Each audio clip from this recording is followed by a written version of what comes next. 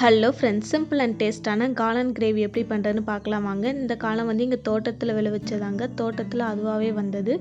இதை க்ளீன் பண்ண வீடியோ உங்களுக்கு வேணும்னா நான் அதுவும் அப்லோட் பண்ணியிருக்கேன், அதையும் செக் பண்ணி பார்த்துக்கோங்க. இப்போ ஒரு கடாயில் 2 ஸ்பூன் எண்ணெய், 1/2 ஸ்பூன் கடுகு, சின்ன வெங்காயம் ஒரு 50 கிராம், 2 தக்காளியும் போட்டு நல்லா வணக்கிக்கோங்க. தக்காளி வணங்கும் போதே கல் உப்பையும் போட்டுக்கோங்க.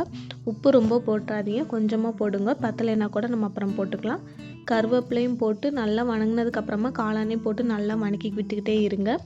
இப்போ கொஞ்சமாக மஞ்சத்தூள், மிளகாய்த்தூள், 1/2 ஸ்பூன் மல்லித்தூள், 1/2 ஸ்பூன் கறி மசாலா தூளையும் போட்டு நல்லா வணக்கிக்கோங்க. அந்த பச்சை வாசனை போகிற அளவுக்கு நல்லா வணங்கினதுக்கப்புறமா 1/2 டம்ளர் தண்ணி ஊற்றி சிம்மில் வச்சு நல்லா கிண்டி விட்டுக்கிட்டே இருங்க. தண்ணி நல்லா சுண்டுனதுக்கப்புறமா பெப்பர் தூளை போட்டு இறக்குனிங்கன்னா நமக்கு டேஸ்டான காளான் கிரேவி ரெடி. யார் யாருக்கு சப்பாத்தி வித் காளான் கிரேவி பிடிக்கும்னு மறக்காமல் கமெண்ட் பண்ணுங்கள். பாய்.